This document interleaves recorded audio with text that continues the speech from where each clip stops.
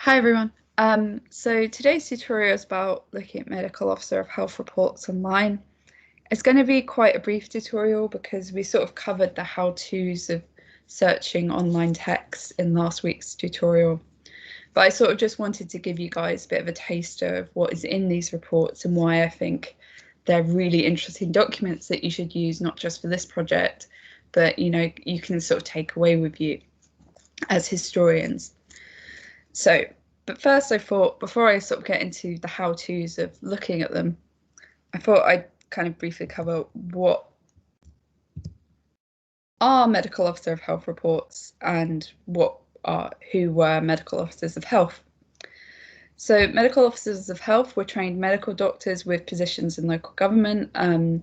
They had to get a postgraduate qualification, often to become a medical officer of health. And they had a really diverse range of powers and responsibilities, sometimes not as much power as they wanted, actually. But one of their chief duties was inspection, and this was inspection of kind of anything and everything you can imagine that might pertain to the health of a population. So inspecting housing was a big thing, inspecting slaughterhouses and dairy sheds, inspecting sewers. But they also ran a large range of analytical tests. So a lot of them were very interested in the earlier science of bacteriology, overseeing vaccination attempts. But also one of the biggest things they had to do was collate all this information together in an annual report. And this little picture here is the distribution of deaths by age in Belfast in 1911, and this is really quite a typical thing you will see in the medical officer of health report. And I think beyond thinking about them as documents relating to the history of health and medicine, they're really also just great sources for trying to think about the local history of an area and for thinking about what life was like maybe on the ground. And they can contain lots and lots of colourful details, really, that I think, are quite, I wouldn't say charming, but, quite revealing in a lot of cases.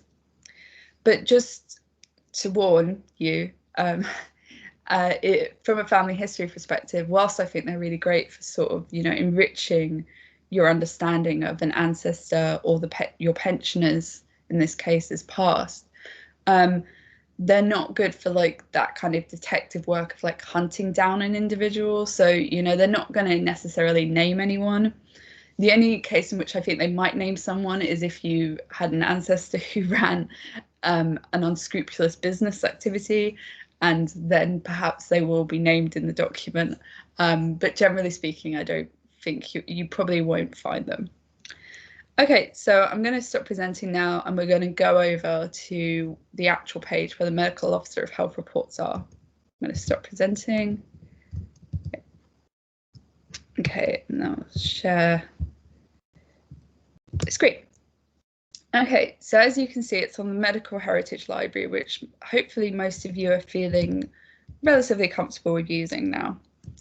So as you can see, there's a lot of these documents, but these go well into the 20th century. So if I scroll down, you can see reports from 1964, 62, and this is for, Scotland, Ireland, England, Wales. So, there's going to be a lot.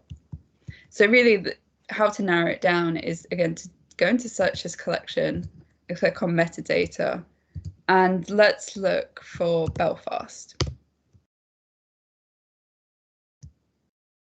We get 47 results this way, and as you can see, a lot of these are quite late. So instead, we will look at this one from 1909. Now, as you can see, it's quite a long document.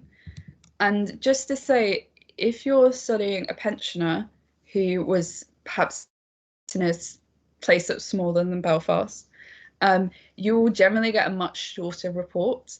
Unsurprisingly, the medical officer of health reports for cities and large towns are often quite lengthier. So just to say, don't be surprised if you come across a report and it's 12 pages if you're studying someone who lived in a village.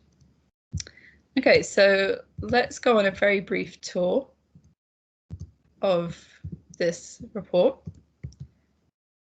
So just zoomed in there. Don't forget you can zoom out easily, but I just want to make it read, even though my search bar seems to have gone missing. So I'm going to go back, scroll up again. Okay. So, right. So really what the medical officer of health reports are great for is getting this big snapshot of a population. So as you can see here, immediately we get a picture of a very general picture of what the Belfast population was like in 1999.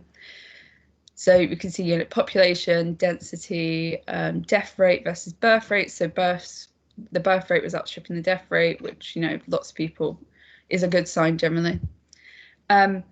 Okay, and here is actually a really important thing and something I want everyone to take notice of. So what on earth does zymotic mean? Okay, so zymotic is actually quite an archaic term even by this point. And sometimes you will see infectious instead of zymotic. And whilst I hesitate to say that they're directly comparable, zymotic diseases generally refer to the diseases that Victorians thought were infectious or communicable. And so when you see zymotic, it's a good idea to think infectious or communicable. Phthisis, which I often struggle to say despite studying it a lot, means pulmonary tuberculosis. Okay. And here we basically get a description, a sort of a general statement about the health of the Belfast population during this time that the medical officer of health has reported. But then we also get, if I zoom out, we also get, as you can see, these references. He talks about infectious disease notifications to different kinds of diseases as well. And then you get this really interesting snapshot of the seasonality of different kinds of infectious diseases. So this might be a bit hard to see. Oh yeah, that's better. Okay, so if you can see, for example, we can see the diphtheria rates kind of rose a bit in February and then kind of peaked again slightly in March and then kind of came back again in August. And we can see, there's an outbreak of scarlet fever, apologies, from around this point, from around October. And scarlet fever was principally a disease that affected the very young.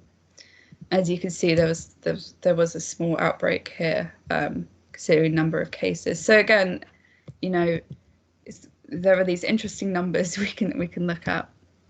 But then, you know, we also get, you know, these really interesting insights into, you know, kind of just sort of, yeah, sorry, my brain's gone a bit blank. But yeah, you can see they also have these sometimes like incredibly beautiful diagrams. If you're someone who thinks diagrams can be beautiful, I realize it might be strange to think diagrams might be beautiful. Yeah, and again, like you can kind of see, you know, how well Belfast was growing compared to other major cities at the time.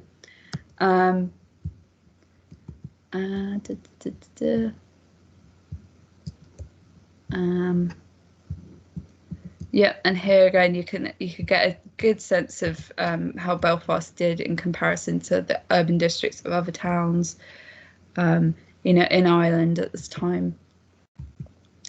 So,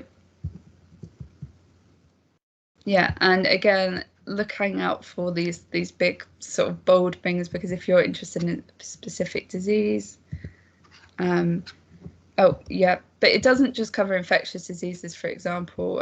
So we can see here actually. So one of the key things that the medical officer of health reports sort of broke down was causes of death for the year. So pneumonia, for example, which was a major cause of death amongst the very old. And you can see here, again, thinking about the local history of an area and just sort of general interest, they were often really, really interested in weather. And he talks about the unfavorable climatic conditions. So again, we get a sense that in 1909, the weather was perhaps quite bad. Then we also get cancer. You know, and we can see here, so if we're thinking about, you know, the changing death rate from the changing mortality pattern from infectious to degenerative or chronic diseases here, and we're thinking about this is a movement we're seeing during this time, you know, that the reasons why people are dying are shifting somewhat. You can see it here of interest where he says, with regards to cancer, it is a matter of regret to have to point out that this increase in malignant disease, sorry, this often doesn't like you selecting it. It is a matter of regret to have to point out that this increase in malignant disease year by year during 4 successive periods, you know, so that in itself is really interesting. Violence too, you know, they record death by violence, and, you know, you kind of then get a sense of what place might have been like. Infantile mortality, because that was a really good indicator of kind of public health, how well public health measures were doing. So as you can see, there's a lot of tables, but, you know, you do also then get these sort of kind of bits of text which talk about a specific disease, you know. So it talks here, we're talking about typhus fever, you know, and this kind of gives a really good idea about, and so in this case we have some cases. So again, you know, I said it's quite rare that you will find reference to specific people, but obviously, you know, there are exceptions. So we get you know, what seems like a family here who suffered from typhus fever and were moved to a hospital, and yeah, we get a sense of what public health measures were like. So, you know, what happens when you get typhus fever in this period is you're removed to hospital, your bedding, your clothes burn, and your house is disinfected, and then you're moved to an isolation hospital. So, you know, it's quite an interesting way of thinking about how disruptive these measures could be to someone's lives, you know, and how and thinking about, you know, trying to put yourself in their shoes and thinking about how disruptive and kind of upsetting that might have been. So again, this is like, you know, putting a story behind the figures. So it's not just all tables, basically. And here he seems to actually have a lot of cases where he's describing typhus, he's making reference to specific people who had typhus fever in Belfast. So yeah, just to say that I'm going to stop sharing my screen now. So every medical officer health report is slightly different, because there was no sort of standard way to do it. So you will get cases where there's perhaps less tables, or, you know, it's quite brief, but I do really think that they are really exciting documents to play around with, and really kind of, you can get very easily distracted with them. They really kind of show a lot about a place and the history of a place. So yeah, I really hope you have fun exploring them, and you can use them to research the history of your pensioner, where your pensioner lived. And, you know, going forward, hopefully you'll feel, you know, in the future, if you want to kind of put more colour into your family history, you'll feel capable of going back